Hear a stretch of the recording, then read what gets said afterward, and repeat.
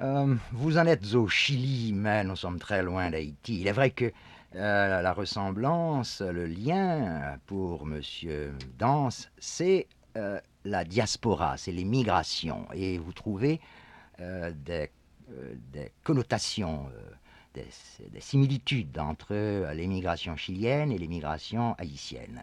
C'est bien cela, Monsieur Oui, pas Danse. seulement celle-là, c'est-à-dire que par exemple, il y a d'autres pays d'Amérique latine, prenons le Brésil, n'est-ce pas, où il y a une dictature assez longue militaire avec des persécutions, et des persécutions qui ont été réelles, mais dont il faut bien voir qu'elles ont été extrêmement sélectives et adressées de façon prioritaire aux secteurs les mieux médiatisés en Occident aussi, et localement. C'est-à-dire qu'on a persécuté des intellectuels, des universitaires, des syndicalistes, etc. Mais ayant travaillé au Brésil à l'époque, chacun, que ce soit parmi les nationaux ou parmi les observateurs étrangers qui étaient là, chacun était convaincu que si Figueiredo, par exemple, avait voulu procéder à un référendum ou à un plébiscite, il le gagnait haut la main. Et ceci, pas parce que les masses sont particulièrement ineptes sur le plan politique, n'est-ce pas, mais tout simplement parce qu'elles se conçoivent comme étant en dehors d'un jeu politique qui est essentiellement mené entre l'appareil du pouvoir et ces classes hautement médiatisées qui ont confisqué le politique. Non, revenons à Haïti, C'est un parce petit que peu ce le qui s'est Chili, le passé, justement. Brésil, ça c'est Oui, très mais beau. il faut Comme généraliser. comme on dit en français, Oui. je m'excuse, c'est seulement une référence d'un proverbe ou d'un mot courant. À beau mentir qui vient de loin.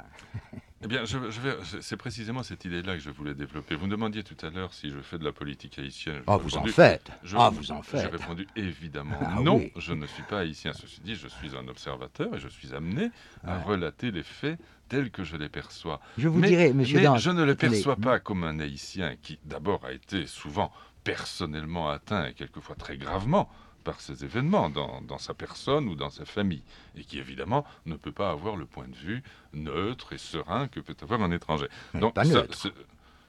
ah si, je pense être neutre, Oh, et cette je pense fascination pour François Duvalier n'est pas ce neutre. n'est pas une Et pas fascination. seulement Là, François Duvalier, non, c'est tout le corpus. C'est toute. je récuse le terme Hmm. de fascination, mais néanmoins il y a plusieurs choses importantes qu'il faut dire là-dessus. Ce que je dis essentiellement, c'est ceci. C'est qu'il y a eu, et très particulièrement de la part des émigrés haïtiens, et plus particulièrement de la frange intellectuelle, etc., souvent très brillante de ces émigrés haïtiens, il y a eu une satanisation d'ensemble du duvalierisme, de 57 à 86, qui obscurcit la vision des évolutions internes très importantes qui ont eu lieu. Et je dis que dans la mesure où, par passion politique sans doute justifiée, on satanise ainsi un personnage, un régime, on s'interdit d'y voir clair.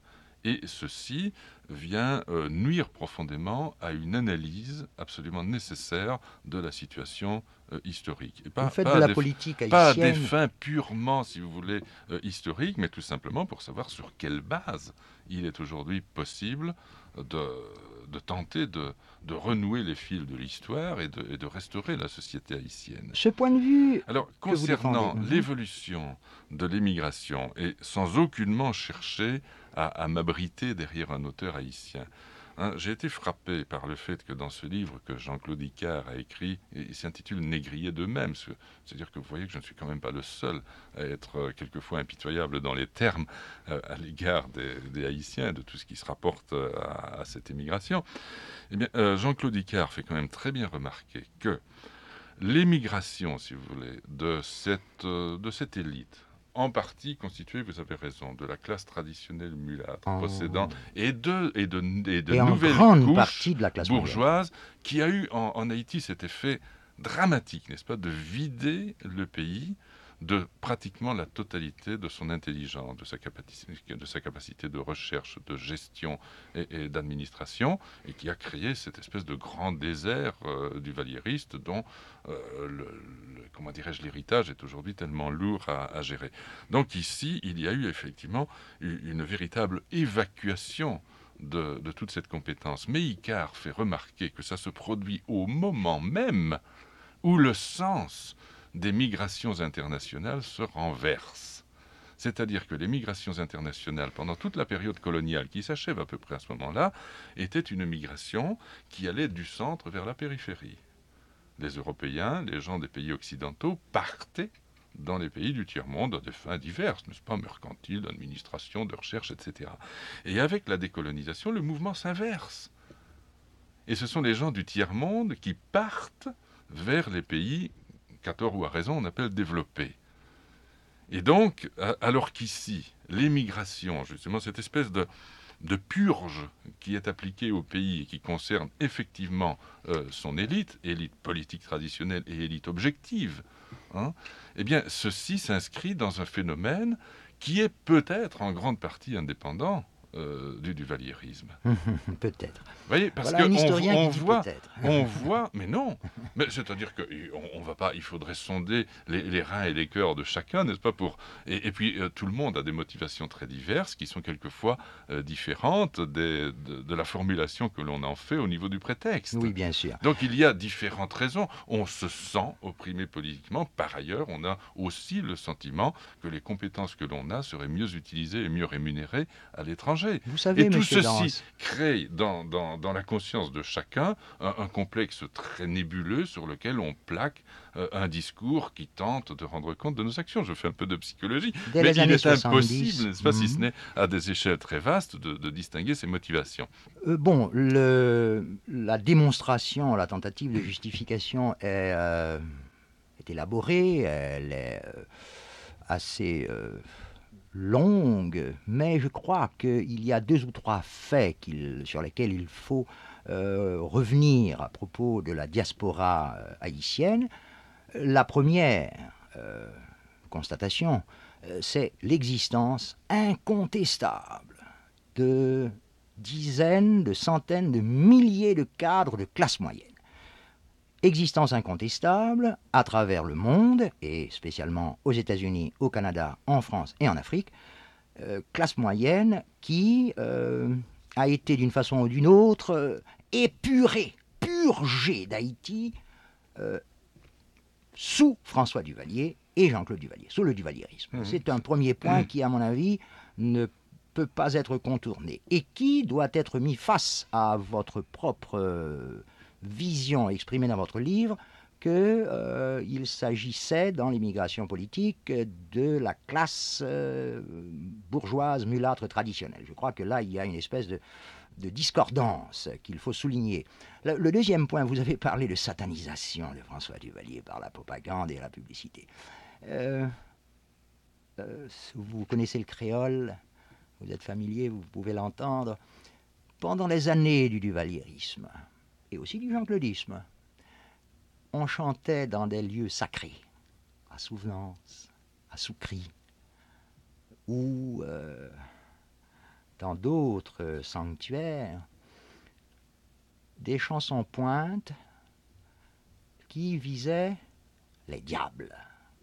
En d'autres termes, dans l'imagerie populaire, l'ennemi, celui qui prenait les terres, celui qui pillait les récoltes, celui qui arrêtait, bastonnait, c'était le diable. La satanisation n'est pas un phénomène bourgeois.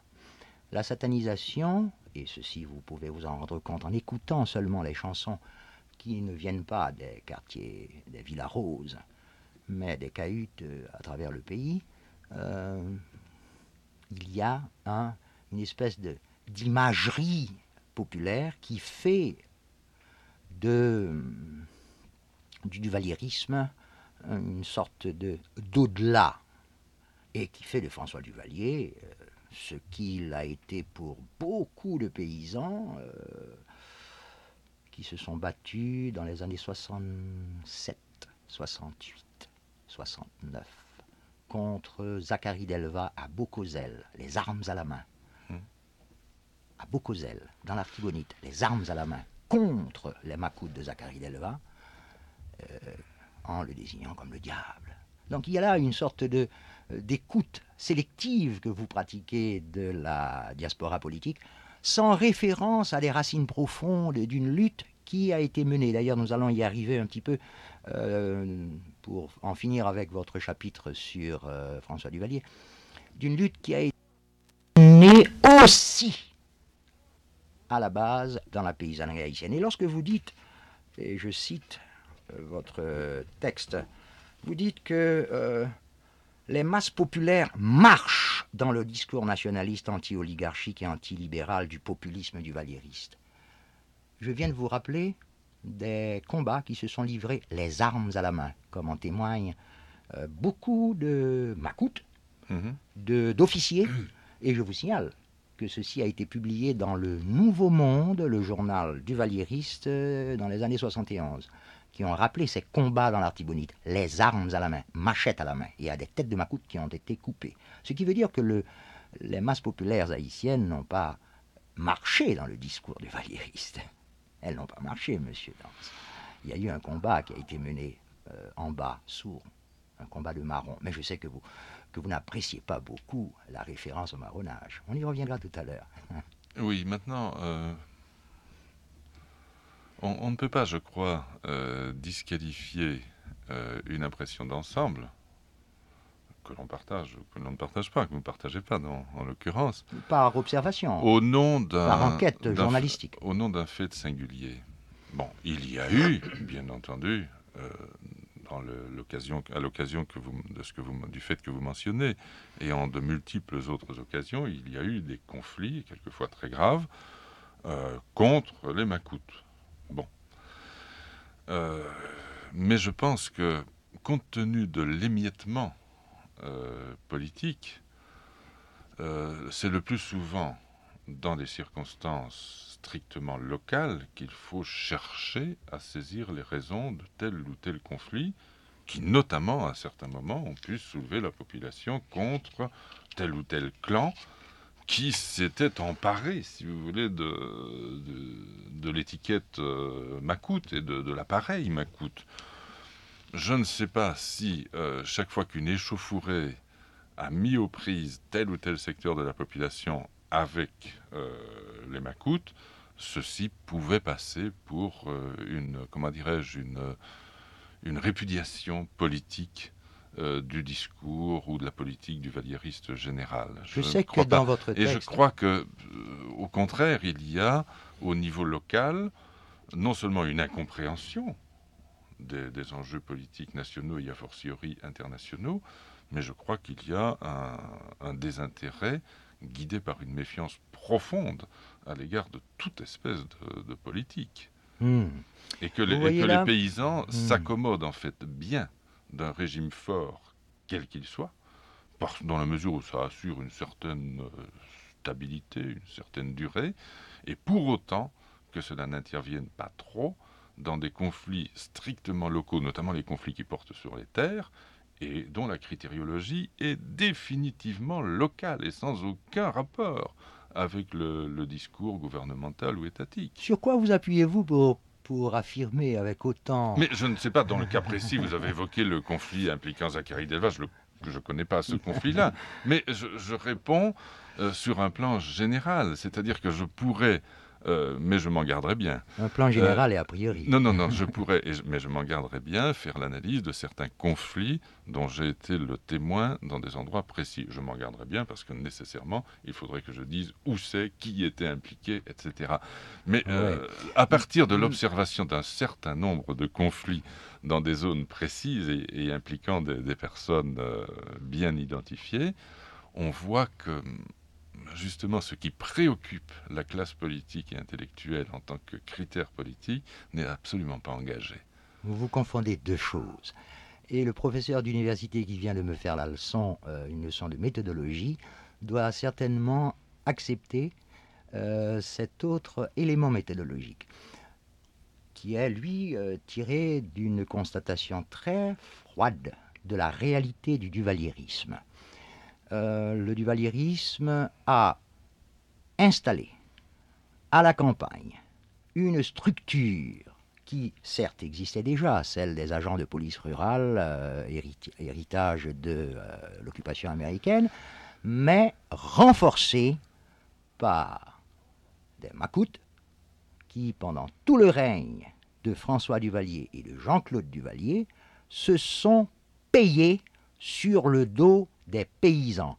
Et ce paiement sur le dos des paysans n'était pas un fait localisé, n'était pas un fait qui était justiciable, comme vous dites, de raisons locales, mais c'était, et le paysan s'en est parfaitement rendu compte à travers le pays, c'était un élément du pouvoir duvalieriste, de la philosophie politique du duvalierisme qui quadrillait la campagne par les macoutes potomitans du régime autour du chef de section. Il y a là une réalité qui est facilement vérifiable à travers des dizaines, des centaines, des milliers de cas dans les 555 sections rurales du pays. Certes, chaque cas est un cas particulier, bien sûr, mais il faut avoir, en historien, une vue d'ensemble pour permettre une synthèse. Et je crois que ceci est important dans la mesure où, plus loin, vous parlez de la vie culturelle haïtienne et vous vous référez à une expérience extrêmement intéressante menée par des agronomes français dans la région de Salagnac qui nous a permis de mieux comprendre la stratégie de la technologie agricole des paysans. Vous vous y référez.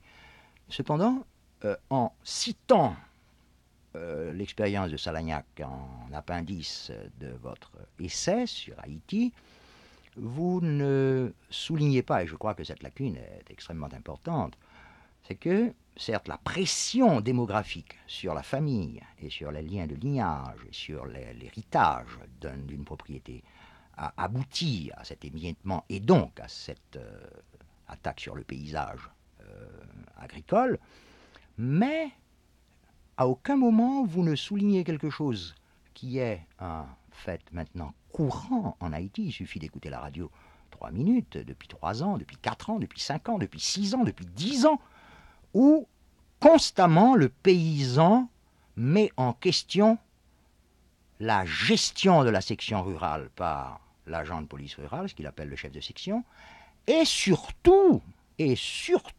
l'accaparement de ces terres par l'agent de police rurale.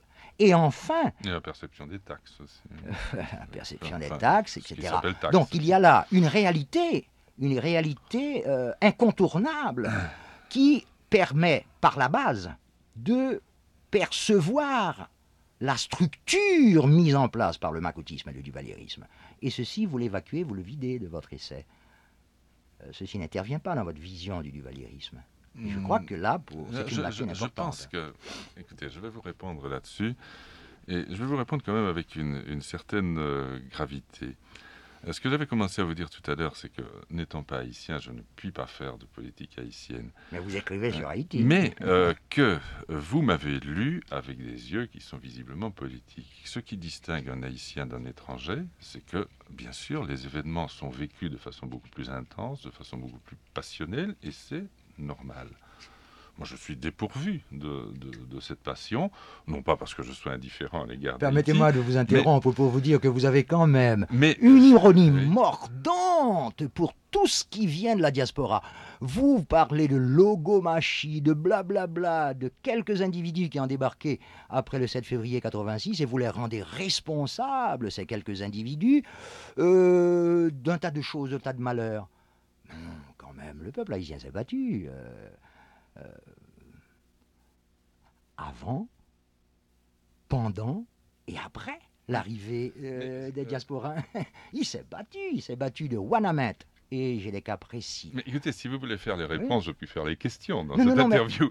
Vous dites que vous n'êtes pas passionné. Nous changeons de rôle et je suppose à ce moment-là que vous avez écrit un livre dont vous êtes en train de me parler et que je suis le questionneur. Car il me semble qu'au cours de cet entretien, il y a eu un renversement des positions. La dialectique de l'universitaire français. Donc si vous voulez continuer à faire les réponses, je ferai les questions. Pas. Vous avez parlé de passion. D'accord là-dessus. Vous n'avez pas de passion. Moi, je crois que vous avez manifesté beaucoup de passion dans votre livre. Puisque vous, si vous voulez bien donc revenir à votre rôle de questionneur, et puisqu'il vous a plu de citer mon livre, vous auriez quand même pu vous rendre compte que, je ne sais pas, je suis pas un lecteur de mon livre, je ne pourrais pas vous dire à quelle page, mais je me rappelle, puisque je l'ai écrit, la synthèse de ma définition du duvalierisme, qu'est-ce que c'est ? J'ai dit Duvalier. La a démocratisation réussi. de la corruption. Exactement. Eh bien voilà. Ouais. Est-ce que vous pouvez faire passer cela, cette définition, cette synthèse de ma part, dont je suis heureux que vous l'ayez remarqué, est-ce que vous pouvez faire entrer cela dans le cadre d'une fascination de ma part Non, pour Duvalier? Monsieur Dance, Mais pas du tout. Alors ça Monsieur rejoint Dance. exactement ce que vous Non, avez je vais vous dit. dire tout à l'heure. Duvalier a vidé ce pays de toutes les compétences qui s'y trouvaient. Et faisant cela, il a évidemment causé à ce pays un tort durable, car là aussi, il a cassé un paysage, n'est-ce pas, que nous aurons le plus grand mal à restaurer. Et qu'il faudra Merci de longtemps. votre aide. Mais, oui, mais je pense que ce livre est évidemment, et vous le démontrez vous-même par la façon que vous avez eu de me questionner, ce livre est entré dans le débat. D'une Donc, façon un peu... Attendez, on va laisser oui. Duvalier. On va laisser Duvalier. Non, mais quand même, il faut que j'achève de répondre sur ce Allez-y, point-là, n'est-ce allez-y. pas? Donc, dans la mesure où effectivement, ce qui est dit dans ce livre tend à relativiser comment dirais-je, le mot qui me vient à l'esprit est élucubration, laissons-le sortir, les élucubrations politiques qui se sont étalées un peu partout à l'étranger, et puis à l'intérieur d'Haïti depuis la chute de Duvalier. Dans la mesure où où j'ai fait un effort pour tenter de relativiser cela, et de faire remarquer que l'on ne pouvait pas faire abstraction de cette époque et des destructions qu'elle a opérées, je crois que ça ne peut pas passer pour être de ma part un engagement contre la diaspora, et donc aux côtés de je ne sais quelle survivance du duvalierisme. Mon engagement, On m'a non. dit en France qu'il y avait eu des extraits de mon livre qui avaient été publiés par je ne sais quel hebdomadaire, ici, et avec un chapeau ou un commentaire tel que cela me portait du côté de la mouvance duvalieriste qui peut survivre. C'est complètement idiot, n'est-ce pas? Bon, Je ne vois on pas va pas pourquoi s'attarder quelqu'un... là-dessus. Mais La si je publication... tiens quand même à conclure là-dessus. Si l'équivoque a pu être semé dans certains C'est vous qui esprits, l'avez créé. mais pas du tout. Qu'il soit bien clair que je ne vois pas qui est particulièrement un intellectuel un peu conscient, qui pourrait être duvalieriste, et surtout se mettre à être duvalieriste après la chute du duvalierisme. Ça, c'est complètement absurde. Est-ce une façon pour vous, Monsieur Et- Dance, et de en désavouer cette publication par quelques revues ou périodiques je ne duvalieristes? sais pas, moi. Vous la désavouez?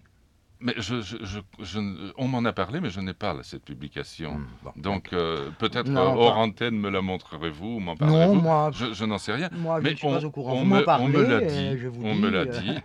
Non, non, je ne suis pas au courant. Non. Mais je ne suis pas responsable donc de l'usage qui peuvent être faits Mais de vous avez certaines prêté le flanc quand même, monsieur.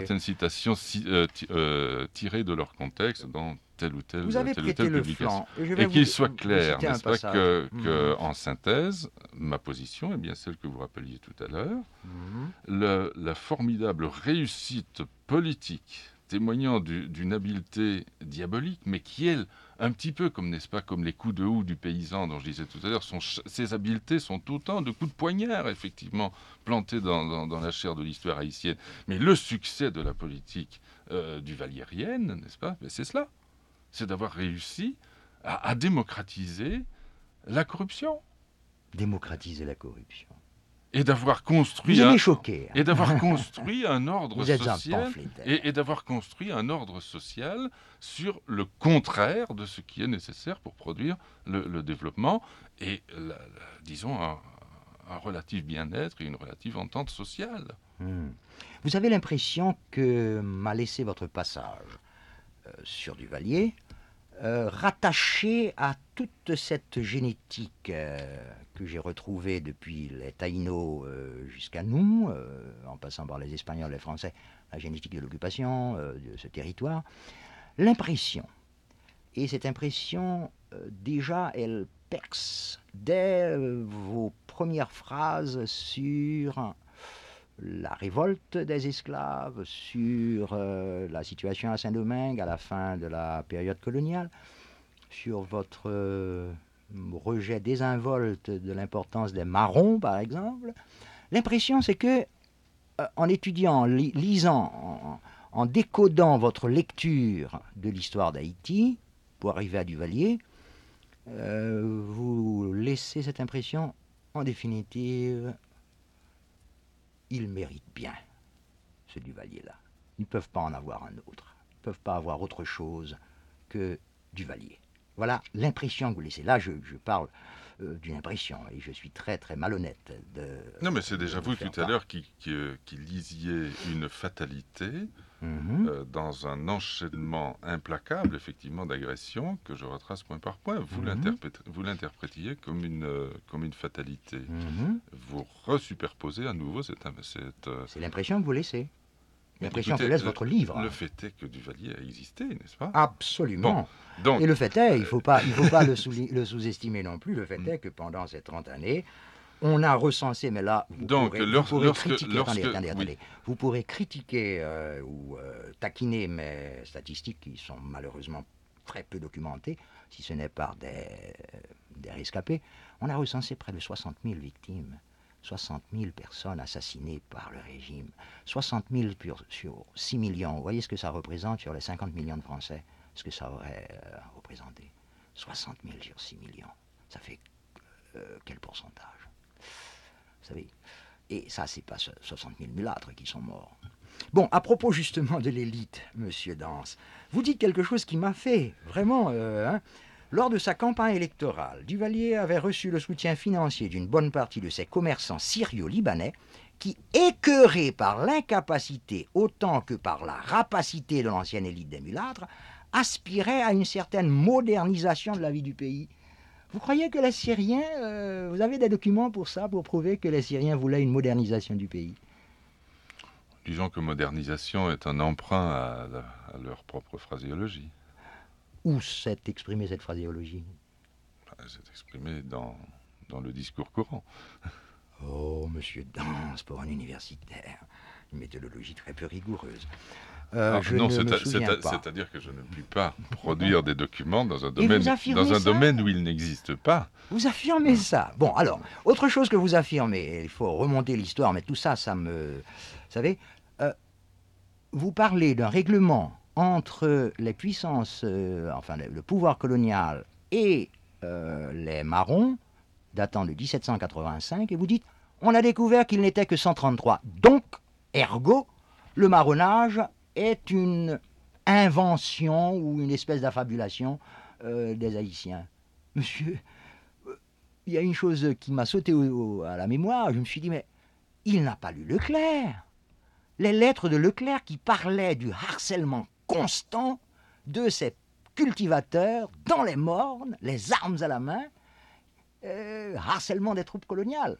Vous voyez, est-ce que vous ne voyez pas que Leclerc, ce n'est pas en 1785, mais beaucoup plus tard? Justement, vous parlez d'une solution du marronnage en 85 et vous en inférez que le marronnage, en définitive, pour les Haïtiens, c'est une espèce d'affabulation. C'est bien, je n'ai pas les textes là sous les yeux. Et puis, vous ne tenez pas compte d'un fait capital, c'est que les cultivateurs se sont fait marrons pour lutter contre l'armée de Leclerc. Mais là, il y a là quelque chose qui ne colle pas, monsieur Dance. Ils étaient marrons avant cela. Il y a une tradition de marronnage que vous écartez d'un revers de main dans l'histoire d'Haïti. D'un revers de main. Je ne l'écarte pas. Comme encore une affabulation d'intellectuels. Je ne l'écarte pas en tant que fait, nous allons y revenir. Je crois qu'il faut l'analyser également en tant qu'affabulation. Et que l'affabulation provient de ce que vous venez de faire. C'est-à-dire, vous parlez d'un cas de marronnage très précis, donc les marrons de Baorucan de 1785, et puis vous me parlez de Leclerc, c'est-à-dire 15 bonnes années plus tard. Bien sûr qu'il y avait des marrons et que Leclerc avait des difficultés avec cela, personne ne le conteste. Mais vous et personne ne conteste, mais si. Mais personne ne conteste que les marrons du massif de Maniel étaient 130. C'est comme cela. Non, attention, il y a une relation de cause à effet dans votre livre. Vous soulignez cette entente-là pour dire... les chiffres à eux seuls parlent éloquemment. À Saint-Domingue, les Blancs à égalité avec les affranchis. Il n'y a que 8 esclaves pour un Blanc, etc., etc. Vous parlez de ça. Et plus loin, vous dites...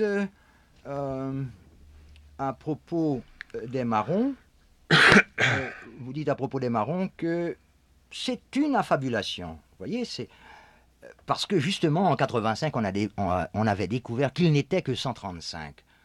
C'est ce lien-là et cette désinvolture par rapport à une période qui n'est pas une période mythique dans l'histoire d'Haïti. Le marronnage a été un élément constant de fuite de la plantation, de l'habitation, et ensuite de lutte contre la structure coloniale et esclavagiste. C'est un élément constant que l'on va retrouver pendant les guerres de libération, et qui donc n'est pas un élément d'affabulation. Ça a été... Ce que vous faites là, c'est une question. Je reviens à cette question générale, car à nouveau, j'ai l'impression que vous êtes en train de me raconter mon problème, monsieur autre Dance, chose. Mon problème, monsieur Dance, c'est que visiblement, ce que vous me racontez étant contrarié par ce que j'ai écrit, cela vous chatouille. Non. J'ai été simplement choqué de votre désinvolture. Je voudrais qu'à un moment donné, vous terminiez votre question et que je puisse y répondre sur la question des marrons. Il y a les deux choses. Il y a, à propos du marronnage, il y a le fait et il y a la fabulation. Alors, puisque nous disposons ici de très peu de temps, je vais de façon très schématique et donc un peu injuste tracer les contours de la fabulation. Les contours de la fabulation, c'est ceci. Les Noirs sont venus d'Afrique, ils ne se sont pas, ou une bonne partie d'entre eux, n'ont pas accepté le régime de l'esclavage, se sont enfuis, ont marronné, ont sauvegardé les formes, les croyances, les convictions africaines dans le marronnage, et ceci par une sorte de transmutation a débouché sur la révolte, le sentiment de l'indépendance, et donc l'indépendance du pays, qui serait donc directement connecté au phénomène du marronnage et articulé avec le vaudou en tant que survivance africaine. Voilà, grosso modo, les contextes de l'affabulation.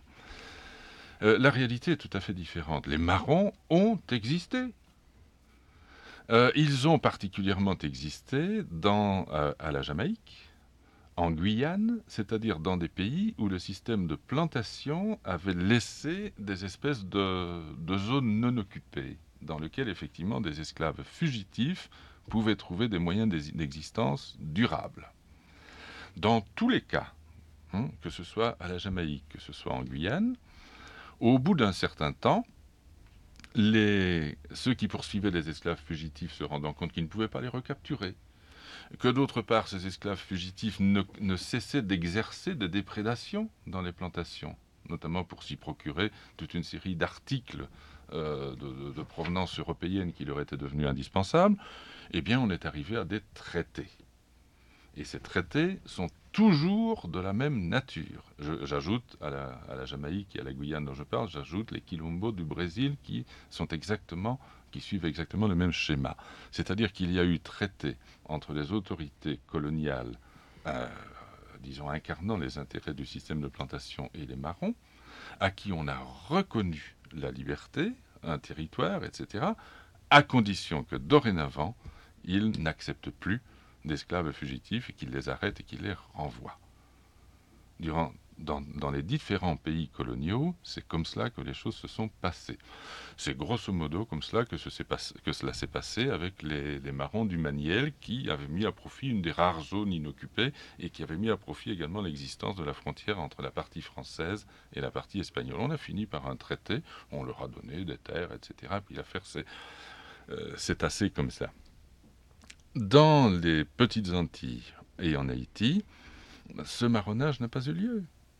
Il y a eu bien sûr des esclaves fugitifs qui avaient d'ailleurs un mois pour revenir. On distinguait très bien le petit marronnage du grand marronnage, etc. Il y a eu quelques soulèvements d'ateliers, bien entendu, mais on ne peut pas dire qu'il y a eu un phénomène massif de marronnage, et en aucune façon, ces marrons qui auraient existé du temps de la colonie et de la plantation n'ont joué un rôle dans l'indépendance. Ce qui est arrivé, c'est que après le soulèvement des esclaves de 1791, la plus grande partie de la population des ateliers a marronné, a gagné les mornes, et que c'est là que se sont recrutés les combattants de l'indépendance, qui étaient effectivement des marrons. Mais ces marrons venaient de 1791, pas d'avant.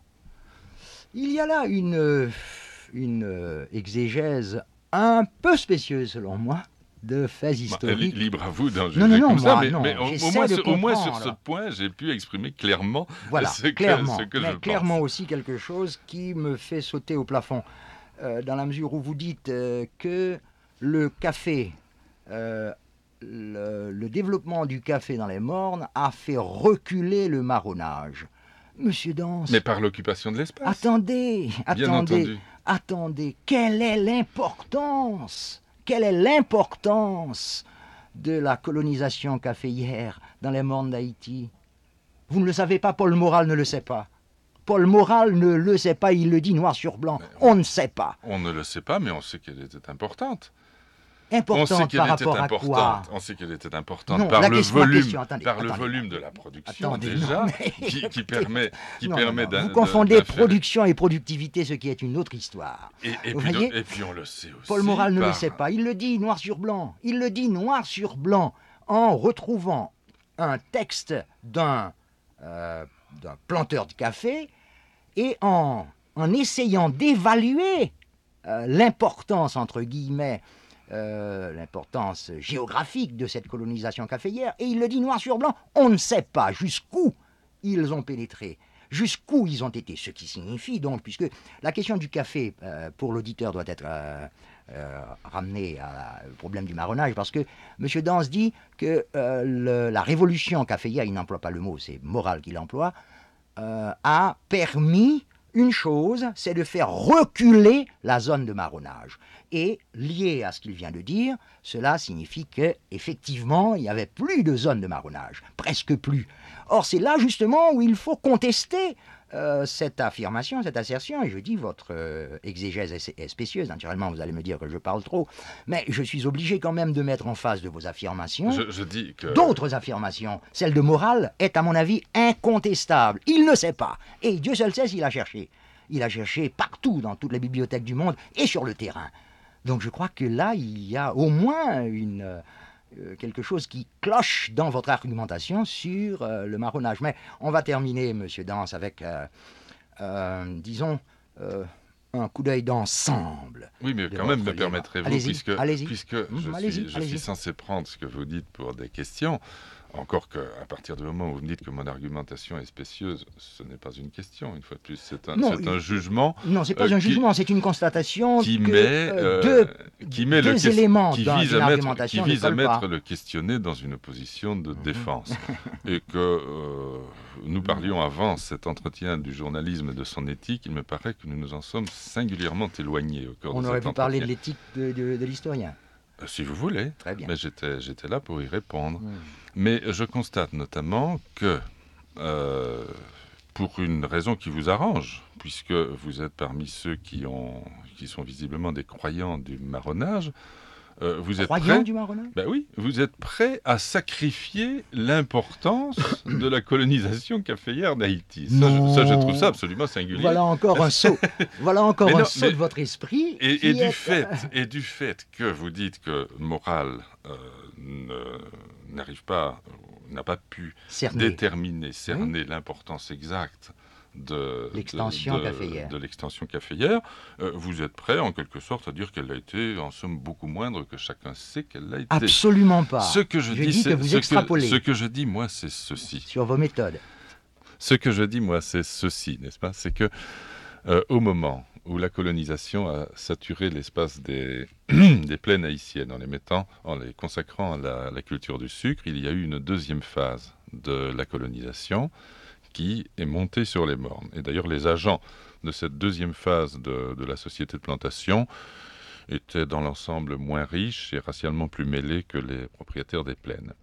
Et que donc, nous avons eu le domaine de la plantation sucrière des plaines entouré par un autre système dont l'importance est incontestable, n'est-ce pas? Peut-être n'arrive-t-on pas à la chiffrer avec précision, mais comme je vous le disais tout à l'heure, le volume de la production est un indice important, et puis d'autre part, il suffit d'aller sur le terrain, d'interroger les paysans, de retrouver justement les masures des vieilles habitations, de voir les énormes impluviums qui avaient été constitués et qui sont encore visibles aujourd'hui. Donc il est incontestable que cette phase caféière a été importante, au point que les exportations de café concurrençaient, voire dépassaient à la fin du système de plantation esclavagiste celui du sucre. Mais l'important n'est pas là, n'est-ce pas? L'important est, Marronnage. et justement, c'est de cela qu'on parle, c'est l'intercalation d'un système secondaire de plantation entre la plantation à sucre où se trouvait concentré le plus gros des esclaves et ce qui restait d'espace disponible pour éventuellement marronner, Les mornes. car les mornes. Hein, car lorsque l'on voit justement les marrons dans toutes les autres régions d'Amérique, et particulièrement dans les régions d'Amérique continentale, en Guyane, au Brésil, eh bien, lorsque les esclaves de la côte de Guyane s'enfuyaient de la plantation, ils avaient tout le continent pour s'en aller. Et pas du tout. Ils se sont fixés à la limite même du système de plantation, dans la mesure où ils restaient dépendants de celui-ci pour obtenir un certain nombre de biens de consommation, pour obtenir des armes, et au sein duquel ils écoulaient leur propre production, justement, de paysans indépendants, ce qui a amené d'ailleurs les traités qui ont eu lieu un peu partout. Donc, la naissance de cette ceinture, si vous voulez, de plantation caféière autour du système sucrier est, à mon sens, ce qui explique ici à Saint-Domingue la faible importance du marronnage à l'époque de la colonie. Et il y a un télescopage entre l'intervention indiscutable des marrons résultant de la révolte de 1791 et le rôle qu'ils ont joué dans les guerres de l'indépendance. Il y a un télescopage entre cette réalité-là et d'autre part le mythe justement d'un marron qui, dans l'indépendance par rapport au système colonial de plantation, aurait en quelque sorte préparé, cristallisé une idéologie de l'indépendance. Oui, parce que cela vous renvoie, je ne vais pas vous taquiner là-dessus, bien que l'importance du secteur caféier, importance en volume d'exportation, importance en apport aux produits domingois bruts, soit incontestable, je ne l'ai jamais contesté. Ce que je questionnais, c'était l'importance géographique, l'extension En géographique superficie. en superficie. Elle est mal mesurée, c'est un Et fait. ceci n'est pas prouvé.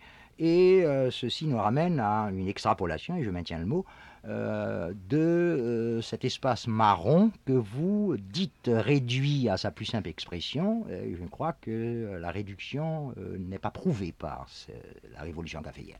Mais il y a une dernière chose qu'il faudrait un petit peu étoffer. Vous parlez à propos de Toussaint Louverture et de ses règlements de culture de néo-esclavagisme. Vous aimez le paradoxe et vous aimez choquer les gens, monsieur Dance.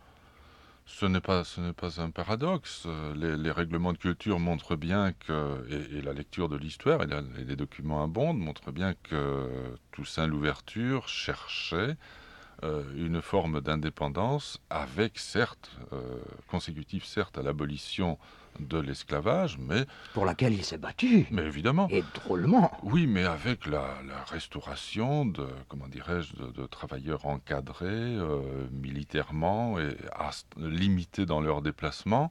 Bref, un état social ressemblant comme un frère à l'esclavage. D'autant que, dans les derniers temps, l'esclavage se trouvait tempéré par les nouvelles dispositions royales, n'est-ce pas, à cet égard. Donc, dans les dernières années précédant 1789, les esclaves avaient cessé d'être des biens meubles, n'est-ce pas? Ils étaient devenus sujets de droit, ici même en Haïti. Ils avaient le droit de porter plainte contre leur propriétaire, contre leur maître, etc. Ils avaient le droit de la signer en justice, et ça a été fait à maintes reprises, vous ne l'ignorez pas. Donc, il y avait eu d'une part évolution dans la réglementation de l'esclavage depuis le Code noir, même si cette évolution restait encore très, très modérée. Et ensuite, Toussaint dans le souci justement de donner une certaine solidité à son projet d'indépendance, qui supposait la restauration économique, n'est-ce pas, de l'ex-colonie, eh bien, avait pensé à un système qui ressemblait comme un frère à l'esclavage, de sorte que la provocation n'est pas grande, à mon avis, dans l'utilisation du terme néo-esclavagisme. Oui. Bon, je laisse l'auditeur libre d'apprécier. Pour conclure, et votre conclusion est dans votre livre, et maintenant, vous soulignez fort justement qu'il y a une lutte qui s'est déployée depuis lors entre la masse des anciens esclaves, désireux d'avoir leur lopin de terre qu'ils cultiveraient librement, et toute la superstructure de la société qui a éclos après l'indépendance et qui est une superstructure plantocratique, plus ou moins. Il y a une lutte. Et cette lutte... Mais mon problème, c'est que dans votre livre, dont le dernier mot a été écrit en 1987, si ma mémoire est bonne, là, quelque part. Je crois, oui, ça doit figurer. Dans votre livre, vous n'avez aucun souci, et le passage sur le créole va l'illustrer, aucun souci de tendre l'oreille vers cette partie-là de la population et de voir comment elle s'est battue. Pour justement, battue d'une façon ou d'une autre, et de beaucoup de façons à travers l'histoire, et récemment là, sous nos yeux, pour faire avancer ce projet-là, c'est-à-dire ce que l'on appellerait une libération des forces de production de la paysannerie. Libération. C'est ça qui est un peu le creux de votre ouvrage et qui éclaire étrangement tout le reste. Oui, étrangement, enfin, ça s'inscrit dans le cadre général de soupçons, n'est-ce pas, qui imprègne tout votre questionnement. Je regrette un petit peu que, excessivement chatouillé par certains points qui finalement sont du détail, ou n'occupent qu'un volume très médiocre dans cet ouvrage, donc ce qui concerne la diaspora, le duvalierisme, le marronnage, etc., vous sembliez ne pas avoir lu la deuxième partie qui concerne une analyse de la Avec société et de la culture. Mais nous Dans. n'avons pas dit un mot jusqu'à maintenant. Mais nous sommes hélas liés par des contraintes de temps à la radio. Puisque vous ne l'avez pas lu, je voudrais quand même en dire... vous l'avez lu, mais vous n'en avez pas parlé. Je voudrais quand même en dire un mot. C'est-à-dire que, en substance, mon analyse est la suivante, n'est-ce pas ? Dès le départ, et compte tenu de ce qu'était la société esclavagiste, et compte tenu de ce qu'était son paysage, et je crois qu'il n'y a pas de mot assez fort pour qualifier tout ce que cela avait d'inhumain, la société haïtienne est née sur une double fiction. La fiction de la création d'un État moderne, sollicitant sa reconnaissance et sa participation dans le concert des nations, et d'autre part, la masse des esclaves, et notamment ceux qui n'étaient pas des esclaves créoles, qui étaient ces dizaines et ces dizaines de milliers de gens qui avaient été importés dans les années précédentes, immédiatement. Les Bossales. Les Bossales, n'est-ce pas ? Eh bien, ceux-là ont effectivement marronné. Et le marronnage a continué pendant tout le XIXe siècle, peut-être n'est-il pas terminé aujourd'hui, mais ils ont marronné non pas vis-à-vis du système colonial de plantation, ou tout autant vis-à-vis de celui-là, que vis-à-vis justement de la nouvelle société haïtienne qui s'était établie sur les ruines de la société coloniale de plantation, et qui ont occupé le pays en développant ce que j'ai appelé une structure néo-archaïque, qui n'est pas à l'image immédiate, fidèle, photographique de l'Afrique, mais qui retrouve comme cela des conduites communautaires qui sont des conduites de refus, des conduites refuges, n'est-ce pas ?